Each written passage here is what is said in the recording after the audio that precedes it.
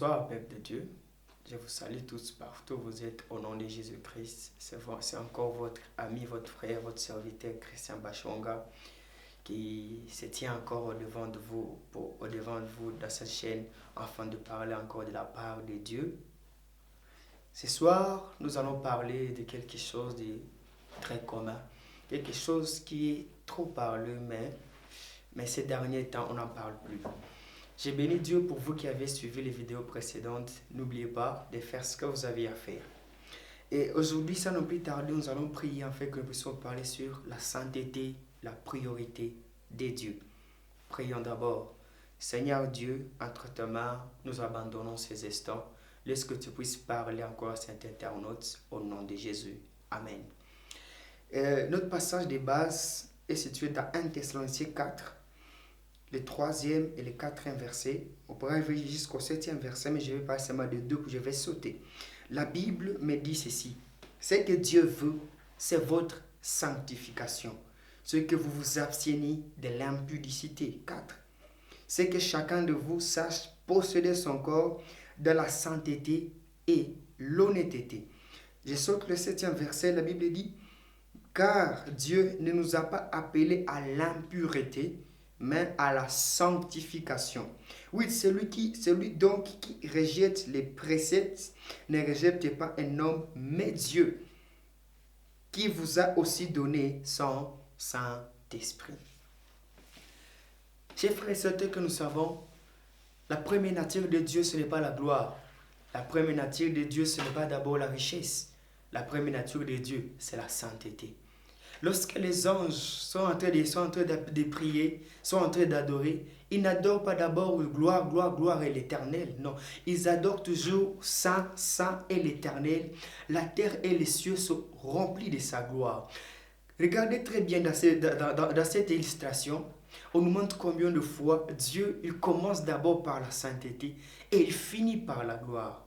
Regardez bien avec la marche des enfants d'Israël, même dans les lieux saints, du lieu du parvis au lieu très saint. Dans les parvis, plus on avançait avec Dieu, plus on avançait avec Dieu, là où Dieu est, on appelait ça le lieu très saint. La toute sainteté. C'est que Dieu veut chez toi. C'est pas d'abord que tu sois un homme de prière. C'est que Dieu veut chez toi. C'est pas d'abord que tu sois un homme de jeûne. Parce que tes prières sans la sainteté, ça embrouille. Tes jeûnes sans la sainteté, c'est une grève de faim. Mais lorsque tu pries et tu es saint, lorsque tu jeûnes et tu es saint, c'est que Dieu veut, c'est d'abord la sainteté. Ce que Dieu veut, c'est pas que tu fasses les miracles. Ce que Dieu veut, c'est d'abord que tu veux la sainteté. Et les miracles suivront après. Les miracles suivront après. Et quand il veut parler à Moïse, dans Exode 4, il dit, Moïse, je veux que tu vois mes miracles, mes signes de prodiges.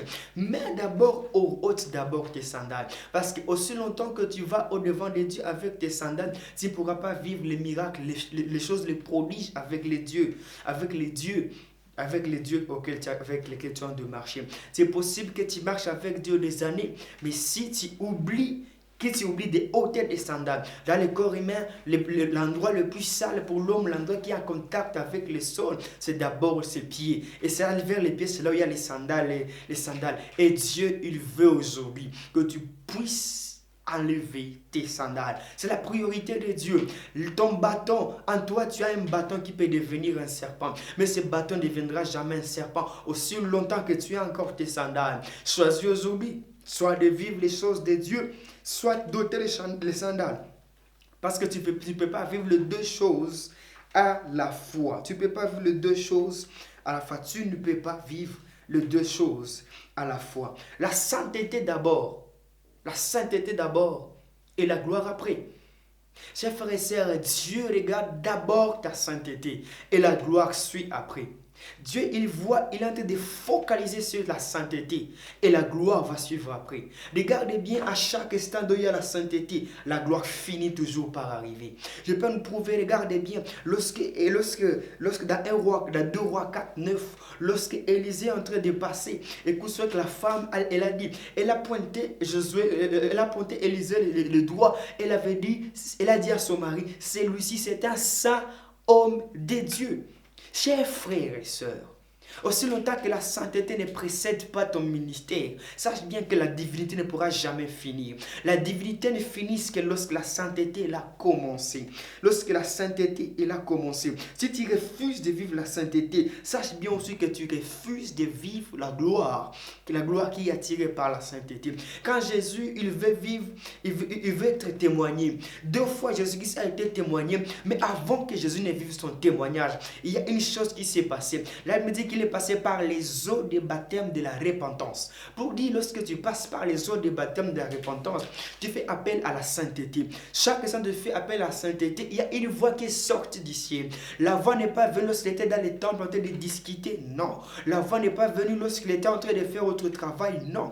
Mais la voix est descendue justement quand il a fait cet acte. Et directement, il voit ses filles attendre dans les cieux qui disaient, celui-ci est mon fils bien-aimé à qui j'ai mis toute mon affection. Cette même phrase, ce même témoignage a été encore une fois dit à la montagne de la transfiguration. La Bible me dit ceci, que lorsqu'ils étaient à la montagne avec lui, Élie et Moïse et les disciples, ils étaient là. Là, il me dit que ces habits ont commencé d'abord par changer de couleur. Quand ces habits sont devenus blancs, alors la Bible me dit qu'après, il voit ses filles attendre, en train de dire, celui-ci est mon fils bien-aimé. Cette fois-ci, il augmente, il dit, écoutez-les. Oh my God. En d'autres termes, si la sainteté n'est pas ce qui vient en avant, la gloire ne pourra pas finir. Dieu, il dit à Moïse dans Exode 19 que je veux venir. Il dit ceci, il a dit ceci à Moïse, commence à purifier mon peuple. Purifie mon peuple aujourd'hui et demain parce que le 3e jour, je viendrai. Il dit, donne-lui une purification, la première purification, la deuxième purification. Et le 3e jour, ils vont se rencontrer avec moi. En d'autres termes, ne peut voir Dieu que c'est lui qui vit la sainteté. Voilà pourquoi lorsque Jésus est venu, il avait dit, heureux ceux qui ont le cœur pur, car ils verront Dieu. Sans la pureté du cœur, tu ne peux voir Dieu. Dieu, tu ne verras pas par les nombres de prières que tu fais. Le Dieu que tu le verras d'abord par la sainteté que tu fais. Dans Ésaïe 59, 1 jusqu'à 4, la Bible est en train de me dire ceci, que Dieu, les oreilles de Dieu ne sont pas sourdes pour nous bénir, ni sa main n'est pas courte pour nous bénir. Mais c'est nos péchés qui sont en train de faire en sorte que Dieu ne puisse pas agir. Dieu n'est pas incapable. Ton Dieu, mon Dieu, le Dieu que je prêche sur cette chaîne n'est pas incapable. Mais seulement, est-ce que tu vis la sainteté? Est-ce que tu vis la sainteté? Est-ce que tu vis la sainteté? Une gloire ne viendra jamais avant la sainteté. Dieu, il parle toujours, sanctifiez-vous et, sanctifiez-vous et, sanctifiez-vous et, sanctifiez-vous et, plusieurs fois dans la Bible. Dans le livre d'Apocalypse 14, le 7e verset, la Bible est nous parlant nous parler de ceux qui iront au ciel. La Bible nous dit ceci, qu'il y avait 12 tribus. Et après ces 12 tribus, on nous parle d'une grande foule de toutes langues, toutes nations, toutes races, ils étaient là. Leur particularité, ce n'était pas parce qu'ils avaient les noms juifs. Ce n'est pas parce qu'ils s'appelaient Daniel ou les Moïse ou bien tous les noms hébreux. Non. Mais c'est parce que c'est malade dit que leurs habits étaient lavés dans le sang de l'agneau. Pour dire que la clé qui t'ouvrira la porte du ciel, ce n'est pas d'abord tes hommes de prière. Ce n'est pas les titres que tu as à l'église. Souvenez-vous ceci, que le ciel refusera les bishops. Souvenez-vous que le ciel refusera les pasteurs.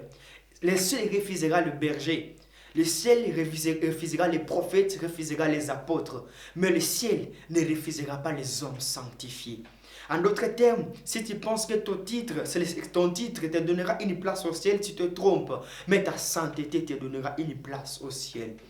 Alléluia. La Bible est en train de dire ceci, que ce sont là. Ils viendront et diront, nous avons prophétisé à ton nom. Ce qui est important, ce n'est pas que tu aies fait. Non, ce qui est important, c'est que tu aies été pour Dieu. La sainteté, ce n'est pas ce que nous voyons. La sainteté, c'est ce que nous ne voyons pas. Écoute, la sainteté, lorsque tu nous présentes une certaine vie, n'appelle pas ça sainteté, appelle ça réputation. Mais la sainteté, c'est ce que Dieu a à faire avec toi. C'est le mot que Dieu a à dire avec toi. Si Dieu ne dit pas ce que les hommes disent de toi, tu as un problème. Mais si Dieu dit ce que les hommes ne disent pas de toi, tu vas directement, tu es dans la volonté de Dieu.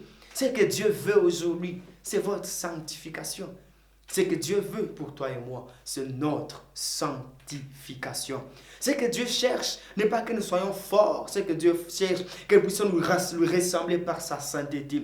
Quand tu lui ressembles par sa sainteté, tu finiras par lui ressembler dans sa gloire. Le problème, c'est que nous aimons beaucoup la gloire de Dieu, nous refusons la sainteté de Dieu. Nous oublions une chose, que la sainteté est la seule chose qui précède la gloire de Dieu. La gloire de Dieu. J'aime une chose c'est que Naomi avait dit à Ruth, trois choses. La première chose, il dit à Ruth, premièrement, Ruth, lave-toi. Il dit, deuxièmement, Ruth, oins-toi. En d'autres termes, ne cherche pas l'onction si tu n'es pas encore lavé. Si tu ne vis pas la blancheur, la sanctification de Dieu, n'attends pas l'huile de Dieu. Parce que l'huile de Dieu, lorsqu'il vient sur quelqu'un qui ça donne, il y a toujours une très mauvaise odeur. Voilà pourquoi, chers hommes de Dieu, sanctifions-nous d'abord. Voilà pourquoi, chers chrétiens, sanctifions-nous d'abord. C'est que Dieu veut chez nous. Ce n'est pas que nous soyons des milliardaires. C'est que Dieu veut chez nous, c'est que nous soyons d'abord saints. Parce que la sainteté est le plus importante que ces choses. Une chose que j'aimerais que vous ne puissiez pas oublier, l'élévation, c'est bien. Mais si tu es élevé ici sur terre, c'est éphémère. Toute élévation que tu auras dans les temps restera dans les temps. Toute élévation que tu auras dans les temps restera dans les temps. Tu es élevé financièrement, c'est dans les temps. Tu es élevé émotionnellement, tu es élevé dans les cadres de la technologie, c'est dans les temps. De la science, c'est dans les temps. Voilà pourquoi toutes ces choses resteront ici. Ne te dis pas, j'ai une maison, cette maison peut brûler. Ne te dis pas, j'ai une voiture, cette voiture peut faire un accident. Ne te dis pas, j'ai un mari, il peut mourir. Ne te dis pas, j'ai une femme, elle peut aussi mourir. Mais écoute, la plus grande de toutes les élévations, c'est l'enlèvement. Parce que l'enlèvement, c'est l'élévation qui n'aura jamais de fin. Toutes les élévations sur terre ont une fin. Si tu ne me crois pas, va demander à Job. Va interroger les livres de Job. Si tu ne me crois pas, va demander aux gens qui avaient le succès et le succès est parti. En d'autres termes, le plus grand de toutes, les plus grands et les plus excellents des élévations, c'est l'enlèvement. Chers frères et sœurs, ne ratez pas l'enlèvement. Et c'est pas pourquoi j'ai la chose que je vais te demander, sanctifions-nous. Et sanctifions-nous encore davantage. Sanctifie-toi mon frère, sanctifie-toi ma sœur. Sanctifie-toi tous les jours. D'Apocalypse 22, 11, la Bible me parle de quelque chose de très important. Apocalypse 22, 11, la Bible est en train de me dire ceci. Que celui qui est injuste soit encore injuste. Que celui qui est souillé se souille encore. Et que celui qui pratique la justice soit encore juste. Que celui qui est saint se sanctifie encore. Chers frères et sœurs, j'aimerais dire à quelqu'un aujourd'hui, toi qui ne sens pas l'importance de la sainteté aujourd'hui, j'aimerais te conseiller, change d'avis aujourd'hui afin que tu ne puisses pas tomber dans un certain piège. J'aime la dernière partie où la Bible me dit que celui qui est saint se sanctifie davantage. Toi qui vis la sainteté, ne considère pas cela comme un acquis définitif. Le saint d'aujourd'hui peut être le pécheur de demain. Et le pécheur d'aujourd'hui peut être le saint de demain. Ne te dis pas parce que je me suis sanctifié hier, je ne me sanctifierai plus. Non, on ne se sanctifie pas à vie parce que ce que Dieu veut, ce que Dieu nous demande, c'est que nous puissions marcher avec lui un seul jour, tous les jours. Il dit ceci, porte ta croix tous les jours, sanctifie-toi tous les jours. Sois encore ceci. Hier, tu as eu une dimension de sainteté. Aujourd'hui, sanctifie-toi encore davantage. Si tu as marché avec Dieu, tu as vécu certaines dimensions, j'aimerais aujourd'hui que tu te sanctifies encore davantage. Si il y a certaines choses que tu n'as pas encore vécues, il y a certaines choses que tu as vues de loin, aujourd'hui, sanctifie-toi encore davantage. Pour nous les chrétiens, nous n'avons pas à nous sanctifier parce que nous avons péché. Pour nous les chrétiens, nous avons à nous sanctifier pour être et demeurer encore plus près de Dieu. Quand la Bible me dit qu'il demeure dans un lieu très saint, le saint de saints. Voilà pourquoi ne te limite pas seulement à la sainteté. Avance, progresse dans la sainteté. Nous sommes comme si nous sommes en train d'entrer dans les... Nous sommes en train de faire une marche vers le lieu très saint. Et nous commençons par vie là où tout le monde nous avons été pécheurs. Là, il y avait la cuve d'airain qui nous a lavés. Nous sommes passés par, nous sommes entrés dans les lieux saints parce que le péché nous a laissés dehors. Quand tu as accepté Jésus, tu as laissé le péché dehors. Mais lorsque tu es dans les lieux saints, tu dois commencer à vivre la parole. Et parce que là, il y a des plans de propositions. Et là aussi à côté, aussi à côté, il y a aussi les 7 chandeliers. Tu dois expérimenter la puissance de la parole. Voilà pourquoi la Bible me dit ceci, sanctifie-les par ta parole. C'est la deuxième dimension. Mais la troisième dimension, il dit, monte encore les dimensions. Il dit, passe par le voile. Passe par le voile et entre maintenant vers les lieux très saints. Et quand tu arrives au lieu très saint, quand tu commences à entrer vers les lieux où tout est saint, toi aussi, tu commences à te rencontrer avec Dieu. Tu commences à te rencontrer avec Dieu. Et n'oublions pas que chaque fois que tu te rencontres avec Dieu, la divinité reste avec toi. Que Dieu te bénisse. Aujourd'hui, nous allons prier ensemble. Toi qui sens encore l'envie, le désir de prier avec moi et de se sanctifier, de vivre encore la sainteté. Tu vas juste toucher ton cœur et je vais prier avec toi. Seigneur mon Dieu, je suis en train de prier pour cet internaute. Entre ta main, je suis en train de l'abandonner. Laisse que Saint, tu puisses donner à quelqu'un le goût et l'envie de vivre encore une vie de sainteté. Que cette vie s'attache au chacun de nous. Au nom de Jésus. Amen. Chers internautes, j'aimerais te demander une chose, n'oublie pas de t'abonner, n'oublie pas de partager à tes amis, aux connaissances, aux frères et sœurs. Tu ne sais pas qui cette vidéo changera de vie. N'oubliez pas de commenter, écrire quelque chose dans les commentaires. N'oubliez pas d'activer la cloche de notification. Clique sur la cloche de notification et Dieu te fera énormément du bien. Que Dieu te bénisse. Amen.